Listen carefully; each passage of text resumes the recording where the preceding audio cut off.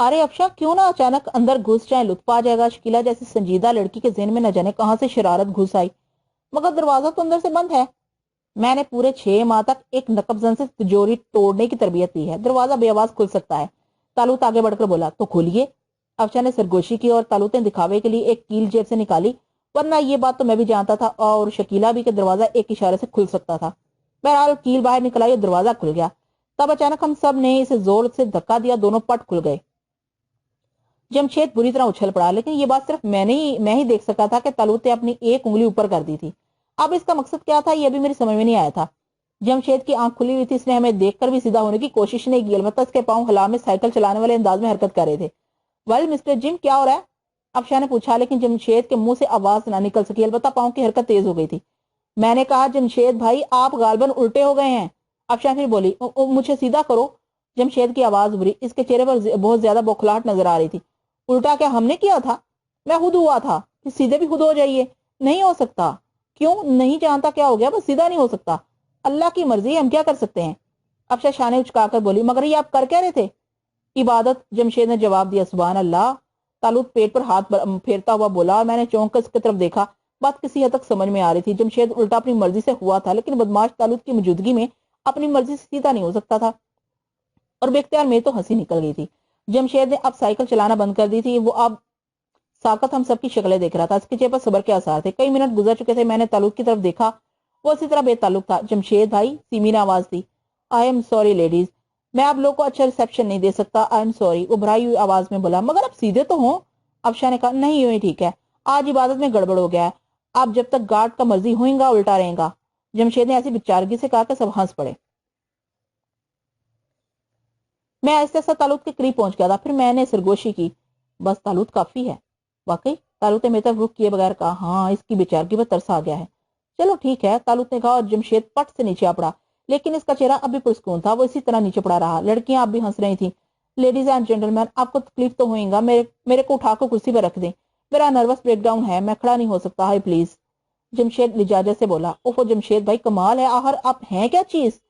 افشا پیر پٹک کر بولی، آرام آرام سے پٹکا کرو، جلدی مت کرو، ہم فنکار ہیں، دیر سے سمجھ میں آئیں گا، مگر کیا تم لوگ ہمارا ہیلپ نہیں کریں گا؟ جمشید مخصوص انداز میں بولا، آؤ بھائی۔ تالوت بولا، پھر میں نے اور تالوت نے جمشید کو اٹھا کر کرسی پر بٹھایا۔ اس کی آنکھیں بدستور پتھرائی ہوئی تھیں، بے تاثر آنکھوں، پھر اس نے یاس بھری نگاہوں سے افشا کو دیکھا۔ کزن، ڈیئر کزن، ہمارا پرسنالٹی خراب ہو گیا ہے، کیا تم وہ چادر ہمیں نہیں دے گا؟ اس نے بستر پر پڑی چادر کی طرف اشارہ کیا اور افشا نے چادر اس کے بدن پر ڈال دی۔ مگر یہ کون سی عبادت تھی مسٹر جمشید؟ میں نے پوچھا۔ عبادت نمبر 111۔ کیا مطلب؟ سب حیرت سے بولے۔ سوری لیڈیز، ہم کسی بات کا مطلب سمجھنے کی کوشش نہیں کرتا تو آپ کیوں مغز خراب کرتا؟ آپ لوگ بیٹھو، ہم کو رنج ہے، ہم آپ کا خاطر کچھ نہیں کر سکتا، آپ ہمیں صرف اس عبادت کے بارے میں بتا دیں۔ شکیلا بولی، اور سیمی کزن، ہم کیا بولے، ہمارا بات تمہارے سمجھ نہیں آئے گا، بس ہم جو کچھ کرتا ہے خواب دے کر کرتا۔ ایک رات ہم ڈنر میں گیا، ادھر چکن فرسٹ کلاس پکا، ہم اتنا کھایا پیٹ خراب ہو گیا، تب ہم رات کو خواب دیکھا، ایک بوڑھا مین بولتا کہ عبادت کرو، ہم بولا کیسے، تو اس نے ایسا مفت کیا، تب ہمارا پیٹ ٹھیک ہو گیا۔ ادھر رات کو ڈنر بہت اچھا تھا، ہم کھایا پھر خراب ہو گیا، تب ہم عبادت کیا، ابھی ٹھیک ہے۔ جمشید پیٹ ٹھیک کرنے کے لیے عبادت کر رہا تھا۔ زندہ رہو یار، پیارے آدمی ہو، تالوت نے بڑے پیار سے اس کے شانے پر ہاتھ رکھتے ہوئے کہا، اور جمشید شرمائے ہوئے انداز میں مسکرانے لگا، پھر چونکا بولا، لیکن مین میں تمہارا کیا خدمت کروں، ادھر تو کچھ نہیں ہے، ویری سوری، ابھی تمہارا کنٹری آؤ تو میں تمہارا خدمت کروں گا، اس ٹائم میرے کو معافی دو۔ دیا بخدا دیا، بس اب تم تیار ہو جاؤ، باہر سب لوگ تمہارا انتظار کر رہے ہوں گے۔ تالوت نے کہا، او مگر کیسے تیار ہوں؟ او گڈ، تم بیٹھو، ہم تیار ہوتا ہے۔ جمشید نے کہا، پھر وہ بدن پر چادر ڈال کر الماری کی طرف گیا، اس سے کپڑے نکالے، باتھ روم کی طرف بڑھ گیا۔ لڑکیاں بھی ہنس رہی تھی۔ آپ نے ایک بات محسوس کی سائیں بھائی؟ سیمی نے کہا، کیا؟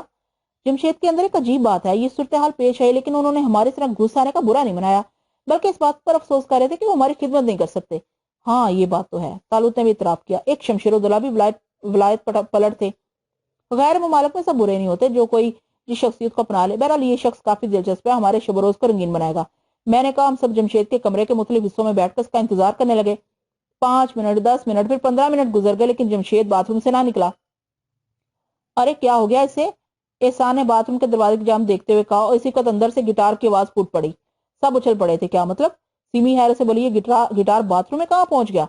افشا حیرانی سے بولی، ہم سب گٹار سننے لگے، اچھا خاصا نغمہ تھا، لیکن جس جگہ بجایا جا رہا تھا وہ بڑی مذکر ہے سی۔ اب کیا خیال ہے دوستو؟ تالوت ہنس کر بولا، آواز تو دیں، نہ جانے کیا ہو گیا اس پاگل آدمی کو۔ افشاں نے کہا چل کر دیکھا جائے اندر. طالوت بولا. سب ہنس پڑے. نہیں عادل بھائی، نہ جانے کس حال میں کوئی صحیح دماغ شخص تو ہے نہیں. افشاں نے کہا تو پھر اسے باہر بلانے کی کوئی ترکیب کرو، ورنہ وہ اندر بیٹھا گٹار بجاتا رہے گا اور ہم سب یہاں احمق بنے بیٹھے رہیں گے. احسان نے کہا. لڑکیاں ہنستے ہنستے بحال ہو گئی تھی. درحقیقت یہ جمشید نایاب چیز تھی. اس کی حرکتوں میں ایک عجیب سی کیفیت کا احساس ہوتا تھا. وہ ظریف نہیں بلکہ ستم ظریف تھا. اور اب اس وقت کا ہی معاملہ لے لیا جائے، وہ ہم سب کو یہاں بٹھا کر باتھ روم میں گٹار بجا رہا تھا. کوئی اندر جا بھی نہیں سکتا تھا. بلاخر میں، احسان اور شکیلا کے بڑے ہم نے زور زور سے باتھ روم کا دروازہ دھڑدھڑایا اور گٹار کی آواز بند ہو گئی. امید افزا بات تھی. دوسری اور تیسری بار دروازہ بجانے پر اندر سے جمشید کی بھرائی ہوئی آواز ابھری. ارے کون آ گیا صبح صبح؟ کیا جمشید صاحب اندر ہیں؟ طالوت نے آواز لگائی. ہاں کون صاحب ہیں؟ اندر سے جمشید کی آواز آئی. دروازہ کھولیے، ایک ضروری کام ہے. طالوت نے کہا. چند سیکنڈ کے بعد اندر سے دروازہ کھل گیا. جمشید لباس پہن چکا تھا، گٹار اس کے ہاتھ میں تھا، آنکھوں میں عجیب سا کھویا کھویا پن تھا. کیا بات ہے؟ اس نے خالص امریکن لہجے میں پوچھا. کیا ہو رہا تھا اندر؟ ہاں. جمشید چونک پڑا. تم کون ہو؟ یہ میرا گھر ہے. پھر اس نے باقی لوگوں کی شکلیں دیکھی اور کھڑے کھڑے جھومنے لگا. اس کی آنکھیں بند ہوتی جا رہی تھی. پھر وہ لہرا کر گرنے ہی والا تھا کہ سیمی، احسان اور طالوت نے اسے جلدی سے سنبھال لیا. گٹار جمشید کے ہاتھوں سے لے لیا گیا. ہم سب اسے باہر لائے. یہ کیا ہو گیا؟ افشا کی سرسراتی آواز ابھری. ابھی پتہ چل جاتا ہے، طالوت نے کہا. پھر جمشید کی سفید پتلون پر ایک ننھا سا سرخ دھبا ابھر آیا. طالوت نے اس کی راہ میں پن گھسیٹر دی تھی، لیکن جمشید کے جسم میں کوئی جنبش نہ ہوئی. طالوت کی آنکھوں میں ہجالت کے آثار ابھر آئے تھے. جمشید کو تکلیف دے کر اسے افسوس ہوا تھا. بہرحال ہم سب نے اسے بستر پر لٹا دیا. یہ سب کیا ہے عادل بھائی؟ افشا نے سرسراتی آواز میں کہا. کوئی انوکھا کیس. یہ بے ہوش ہے. طالوت آہستہ سے بولا. سبھی جمشید کے لیے دل میں ہمدردی محسوس کرے تھے. اچھا خاصا نوجوان تھا، بیچارہ ذہنی طور پر بھی کمتر تھا. اس وقت کی بے ہوشی بہرحال قابل رحم تھی. اسے ہوش میں لانے کی کوشش کی جانے لگی. چند منٹ کے بعد اس نے آنکھیں کھول دی. سہم ہوئی نگاہوں سے ایک ایک کا جائزہ لینے لگا. پھر بستر سے چھلانگ لگا دی. وہ اس طرح اپنا بدن چھپا رہا تھا جیسے برا نہ ہونے کا احساس ہو رہا ہو. لیکن پھر اس نے بدن کے لباس کو دیکھا، سکون کی گہری سانس لی. پھر جھپی جھپی نگاہوں سے ایک ایک کی شکل دیکھنے لگا. اب کیا کروں؟ اس نے مکانہ انداز میں پوچھا. کیسی طبیعت ہے جمشید صاحب؟ طالوت ہمدردی سے بولا. ٹھیک ہے، مگر آپ لوگ کھڑا کیوں ہے؟ چلیے ناشتہ نہیں کریں گے؟ او آئی ایم سوری. پلیز میرا گٹار واپس رکھتے ہیں. میں اس معاملے میں بہت جذباتی ہوں. پلیز آپ لوگ مائنڈ نہیں کریں گے. اس نے گٹار احسان کے ہاتھ سے لے لیا. بڑے پیار سے اس پر ہاتھ پھیرنے لگا. پھر وہ گٹار سمیت ہی ہمارے ساتھ باہر نکل آیا تھا. ناشتے کے کمرے میں ماں گٹار کے دال ہوا تھا. حسب معمول اس کے گٹار کو باقاعدہ جگہ دے دی گئی تھی، لیکن نہ جانے کیوں ہم سب اس کے لیے سنجیدہ ہو گئے تھے. بزرگوں سے اس کی پرسرار بے ہوشی کا تذکرہ نہیں کیا گیا، لیکن ناشتے کے بعد سبھی سر جوڑ کر بیٹھ گئے. جمشید کو اس کے کمرے میں چھوڑ دیا گیا تھا. کیا خیال ہے یہ جمشید کیا چیز ہے؟ احسان نے کہا. خدا ہی بہتر جانے. ویسے کیا اس کی بے ہوشی مصنوعی تھی؟ ہرگز نہیں، میں دعوے سے کہہ سکتا ہوں. طالوت بولا. آپ کہہ رہے ہیں عادل بھائی تو پھر ٹھیک ہی ہوگا، لیکن آخر یہ ہے کیا کردار؟ میرے خیال میں کوئی ذہنی مرض، میں نے کہا. اور پھر امریکہ جیسا ملک نت نئے امراض وہاں ایجاد کیے جاتے ہیں. کچے ذہن کا ایشیائی نوجوان جو اپنی شخصیت لوگوں میں کھو بیٹھا. شمشیر الدولہ دوسری قسم کا انسان تھا، چالاک اور بد فطرت، لیکن جمشید ان سے مختلف فطرت کا مالک ہے. مگر ہے خوب. میں نے گردن ہلائی. میرا خیال ہے اس کی حماقتوں پر گہرا نوٹس نہ لیا جائے اور اس کے ساتھ کوئی ایسا سلوک نہ کیا جائے جو اسے تکلیف پہنچائے. طے رہی. لیکن وہ بے ہوش کیوں ہو گیا تھا؟ یہ تو کوئی ڈاکٹر ہی بتا سکے گا. طالوت نے شانے ہلاتے ہوئے کہا. ہم کسی نتیجے پر نہیں پہنچ سکے. ہاں، جمشید نے ہماری ہمدردیاں حاصل کر لی تھی. اس کے بعد سب منتشر ہو گئے. طالوت شکیلا کے کمرے میں گھس گیا تھا. اب وہ تکلف کا عادی نہیں رہا تھا. اب شاید تصدق کے ساتھ کہیں چلی گئی تھی. میں اپنے کمرے میں پہنچ گیا. کوئی خیال ذہن میں نہیں تھا. یوں ہی بے خیالی میں بیٹھا ہوا تھا. دروازے پر آواز سنائی دی. اے عادل بھیا، سائمیا کوئی ہے؟ آواز بوا کی. میں جلدی سے سنبھل گیا. آئیے. میں نے کہا. بوا کمرے میں داخل ہو گئی. ان کے ہونٹوں پر مسکراہٹ تھی اور آنکھوں میں حیرت کے اثار. بیٹھے بوا، کیسی ہیں؟ میں نے کہا. بوا بیٹھ گئی. ٹھیک ہوں بیٹے. عادل میاں کہاں گئے؟ او بوا، عادل تو میں ہوں. آپ غالباً سائم کی بات کر رہی ہیں. میں نے کہا. ہیں؟ وہ حیرت سے بولی. مجھے گھرتی نہیں بھی. کہنے لگی. نہ بیٹا نہ، محبت کے مارے سے مذاق نہیں کرتے. میاں بابا کی آنکھیں کیسی کمزور کیوں نہ ہو جائیں، اولاد کو پہچانے میں دھوکہ نہیں کھا سکتی. میں تم لوگ کی سگی نہیں ہوں، لیکن تم دونوں ایسے پیارے بچے ہو کہ بس اپنے ہی لگتے ہو. بتا دے بیٹا، میں جھوٹ تو نہیں کہہ رہی. نہیں بوا، بہت مہربان ہے. میں سائم ہی ہوں. اللہ زندہ سلامت رکھے. بوا نے دل سے دعائیں دی اور پھر میں ان سے دوسری باتیں کرنے لگا. باتوں کے دوران بوا بول اٹھی. لیکن بیٹا، یہاں کا ماحول میری سمجھ میں نہیں آیا. کیوں بوا؟ بس اچھا نہیں لگے ہے. لڑکیاں اور لڑکے ہر وقت ایک دوسرے میں غصے ہی کرتے رہتے ہیں. ایک موا مراسی ہے جو امریکہ سے آیا ہے. نوکر ہیں تو ہوا میں اڑ رہے ہیں. ارے بوا، وہ تصدق بہت کمینہ انسان ہے. کون تصدق؟ وہی جو آپ کو لینے اسٹیشن گیا تھا. ارے اس جھاڑو پھرے کی بات مت کرو. بڑا ہی کمینہ ہے. لوگوں کی بہو بیٹیوں کو تو اس کے قریب بھی نہیں کھڑا کیا جائے. واقعی آپ دیکھو نا، تمہارے بارے میں ہی کیا کہتا پھر رہا ہے. وہ تو مجھے احسان نے روک دیا، ورنہ سے مار بیٹھتا. میرے بارے میں؟ بڑی بھی چونک پڑی. ہاں بوا، جانے دو بے غیرت کو. ارے مگر کیا کہہ رہا تھا جھاڑو پھرا؟ بس بوا، الٹی سیدھی باتیں. لڑکیاں تو حیران رہ گئی. بتا دے بیٹا، تجھے میری قسم بتا دے،